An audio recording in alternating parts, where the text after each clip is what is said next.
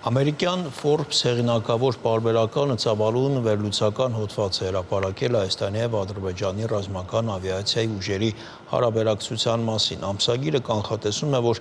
Պակիստանից գրեթե 5 միլիարդ դոլարի կործանիչներ գնելու Բաքվի պայմանագրին Երևանը շուտով կպատասխանի Ֆրանսիայից և Հնդկաստանից ռազմական ինքնաթիռներ գնելով։ Թեման շարունակենք Արտյոմ Երկանյանի հետ։ Արտյոմ, նախ ճշտենք, Պակիստան-Ադրբեջան այդ գործարքը արդեն կայացման փուլում է։ Մոտ մեկ ամիս առաջ մամուլ թափանցեցին տեղեկություններն այն մասին, որ Ադրբեջանը Պակիստանին նոր պատվեր է ուղարկել, ուրեմն այդ կործանիչների JF-17 տեսակի կործանիչների վերաբերյալ, խոսքը այդ պատվերի ավելացման մասին է։ Դեռևս 24 թվականի փետրվարին Ադրբեջանը Պակիստանի հետ ստորագրեց պայմանագիր, որի շրջանակներում Իսլամաբադը Բաքվին 16 այդպիսի կործանիչ պետք է մատակարարեր եւ այդ գործարքի ընդհանուր արժեքը հասնում էր 1 միլիարդ 600 միլիոն դոլարի։ Այդ տեղեկության համաձայն զգալիորեն ավելացվում է այդ պայմանագրի արժեքը եւ ծավալը։ Տեղեկությունները դրա մասին ոչ Իսլամաբադում, ոչ Բաքվում չէին հաստատել, բայց ասեմ, որ այդ տեղեկությունները հավանաբար պատահական չէր, որ տարածվել էին Պակիստանի վարչապետ Շարիֆի Բաքու կատարելիք այցից առաջ։ Իսկ այցից անմիջապես հետո Պակիստանի իշխանությունները հաստատեցին այդ տեղեկությունը։ Այսինքն կարող ենք ենթադրել, որ հենց Բաքվի այցի ընթացքում ստորագրվել է այդ պայմանագիրը, թեև պաշտոնապես պայմանագրի ստորագրման մասին որևէ հաղորդագրություն չի տարածվել։ Forbes ամսագրի վերլուծաբան, ռազմական հարցերով փորձագետ Պոլ Իդանը վկայակոչելով սեփական աղբյուրները հաստատում է այն, որ Ադրբեջանը հասցրել է այդ կործանիչների գործարքը մինչև 40 կործանիչների եւ ընդհանուր արժեքը պայմանագրի կհասնի 4 միլիարդ 600 միլիոն դոլարի։ Դա Պակիստանի պատմության մեջ խոշորագույն գործարքն է ինքնաթիռների մատակարարման վերաբերյալ։ Այդ JF-17 տեսակի կործանիչները 4-րդ սերնդի կործանիչներ են, որոնք Պակիստանը ստեղծել է Չինաստանի հետ համատեղ ռուսական MiG-21 տեսակի կործանիչների հիման վրա, փոխելով եւ ժամանակակից դարձնելով։ Չինացիները այդ կործանիչը անվանում են Չեյդու Սյաոլան։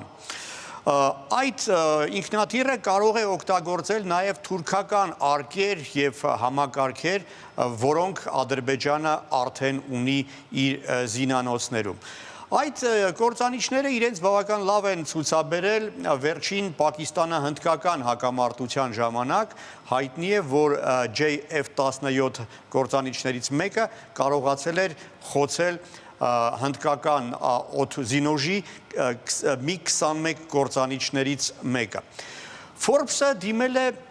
հեղինակավոր ռազմական փորձագետ, վերլուծաբան Սեմ Լիխտենշտեյնին, ով մեկնաբանել է այս գործարքը։ Լիխտենշտեյնը հիշեցրել է, որ այդ կործանիչները իհարկե ունեն թերություններից,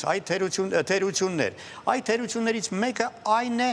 որ ինքնաթիռը ունի անտեսանելիության համակարգեր, որոնք ունեն օրինակ 5-րդ եւ 6-րդ սերնդների կործանիչները, բայց ունի նաև առավելություն եւ գլխավորը այդ առավելությունը այն է, որ բավական էժան է համեմատած եվրոպական, ամերիկյան եւ անգամ ռուսական նմանատիպ ինքնաթիռների հետ։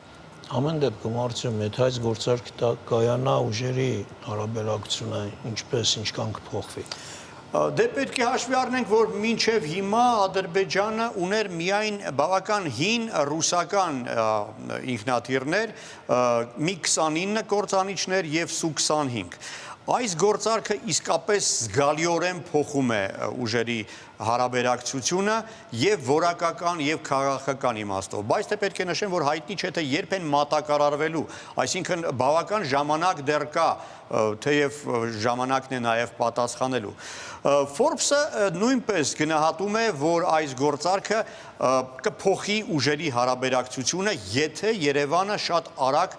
պատասխան չտա։ Եվ նաև կանխատեսում է, որ Երևանը հավանաբար շատ շուտով տալու է իր պատասխանը։ Նույնպես կրկին դիմում է այս հարցով Forbes-ը Սեմ Լիխտենշտեյնին, ով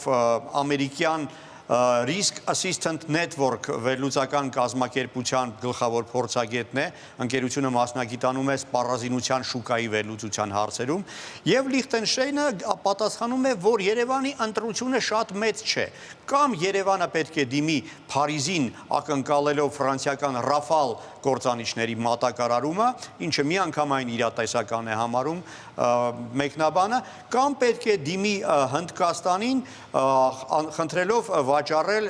իրեն Su-30SM ռուսաստանյան կործանիչների մոդիֆիկացված տարբերակը։ Հնդկաստանը իր մոտ արտադրում է այդ կործանիչները ռուսական լիցենզիայով։ Փորձագետը ավելի հավանական է համարում, որ մենք Հնդկաստանի հետ գործ կբռնենք, նախ քանի որ հնդկական արտադրության կործանիչները ավելի էժան են, բացի այդ նրանք արդեն համատեղելի են հնդկական արկերի եւ այլ տեխնիկայի հետ, եւ նույն այդ Հնդկաստանը կարող է մոդեռնիզացիայի ենթարկել մեր ունեցած ռուսական կործանիչները, ինչը նույնպես արդեն ակտուալ է եւ անհրաժեշտ։ Պարբերականը գրում է, որ Հնդկաստանը պատրաստ կլինի գործ ունենալ Հայաստանի հետ, քանի որ Հայաստանը Պակիստանի հակառակորդն է, իսկ Պակիստանը Հնդկաստանի հակառակորդը։ Շնորհակալություն, Արտյոմ։